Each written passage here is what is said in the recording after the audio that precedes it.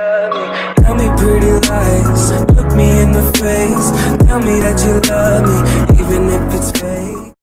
Bonjour à tous et à toutes, je vous en prie, asseyez-vous sans toucher la chaise.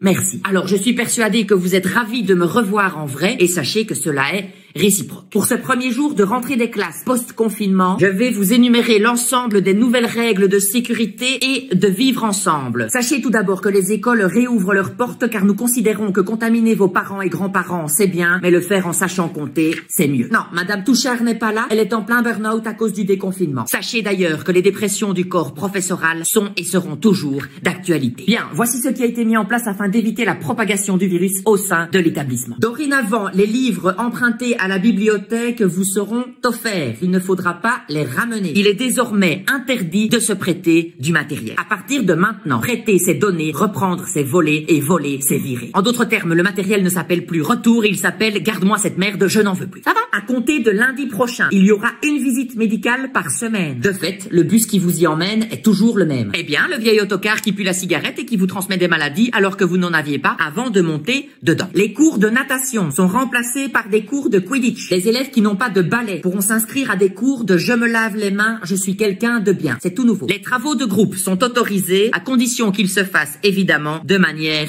individuelle. Tout élève qui tousse doit immédiatement quitter l'établissement et ne revenir que dans 15 jours. Tiens, non mais vous revenez tous ici. Asseyez-vous enfin. Timothée, qui est l'élève qui tombe le plus souvent malade, sera notre Kobe. Tant que Timothée n'a rien, vous n'avez rien. Et si Timothée meurt, à ce moment-là, vous pourrez rentrer chez vous ou mettre un peu de gel hydroalcoolique. Une personne à la fois pourra partir en récréation. Il y aura donc 1500 récréations de 15 minutes par personne étalées sur une journée.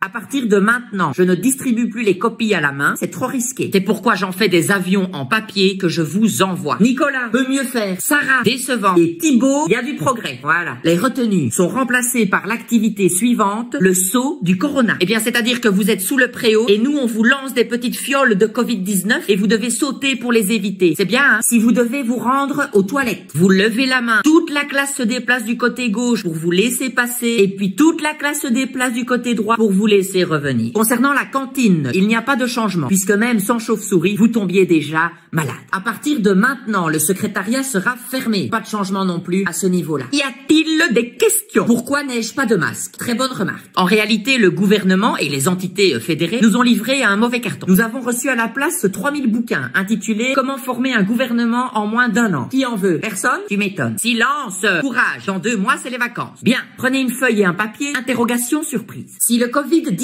est toujours présent dans mon pays, mais que des milliers de jeunes étudiants, porteurs sains du virus, retournent en cours, combien de temps faudra-t-il à Timothée pour contaminer toute la classe et refoutre un bordel sans nom dans le monde entier? Vous avez 4 heures, sauf Timothée, car le temps lui est compté. Dis Samantha, le masque, ça se met sur la bouche, hein. Pardon, c'est ta mini-jupe. Tu sors, Samantha.